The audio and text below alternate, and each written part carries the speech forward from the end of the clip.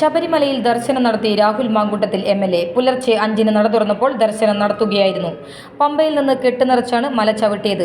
വിവാദങ്ങൾക്കിടെ കഴിഞ്ഞ ദിവസമാണ് രാഹുൽ ശബരിമലയിലെത്തിയത്. രാത്രി 10 മണിയോടെ പമ്പയിലെത്തി. വൈകിട്ട് നട അടച്ചതിനാൽ ഇന്ന് രാവിലെ ദർശനം നടത്തുകയായിരുന്നു.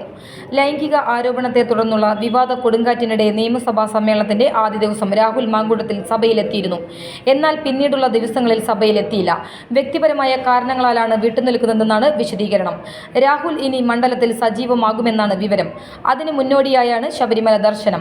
പാർട്ടി നടപടിയെടുത്തതോടെ സഭാ സമ്മേളനത്തിൽ നിന്ന് വിട്ടുനിൽക്കുമെന്ന് കരുതിയ പ്രതിപക്ഷ നേതാവിനെയും പാർട്ടി നേതൃത്വത്തെയും അമ്പരപ്പിച്ചുകൊണ്ടാണ് രാഹുൽ ആദ്യ ദിനം സഭയിലെത്തിയത്. സഭയിലെത്തിയതിനു ശേഷം നിമിഷങ്ങൾക്കുള്ളിൽ പുറത്തുനിന്നൊരു കുറിപ്പ് ലഭിക്കുകയും രാഹുൽ പുറത്തേക്ക് പോവുകയും ചെയ്തിരുന്നു. KPCC പ്രസിഡന്റ് സണ്ണി ജോസഫ് പുറത്തിറങ്ങിയ ശേഷം തിരിച്ചു കയറിയതിനു പിന്നാലെയാണ് കുറിപ്പ് ലഭിച്ചതും രാഹുൽ സഭ വിട്ടതും. ഇതോടെ രാഹുൽ വന്നതിൽ നേതൃത്വത്തിന് അതൃപ്തി ഉണ്ടെന്ന ധാരണ പരന്നു. എന്നാൽ താൻ ആരെയും ധിക്കരിച്ചതല്ലെന്ന് രാഹുൽ പിന്നീട് സഭാ കവാടത്തിൽ വെച്ച് മാധ്യമങ്ങളോട് പറയുകയും ചെയ്തു.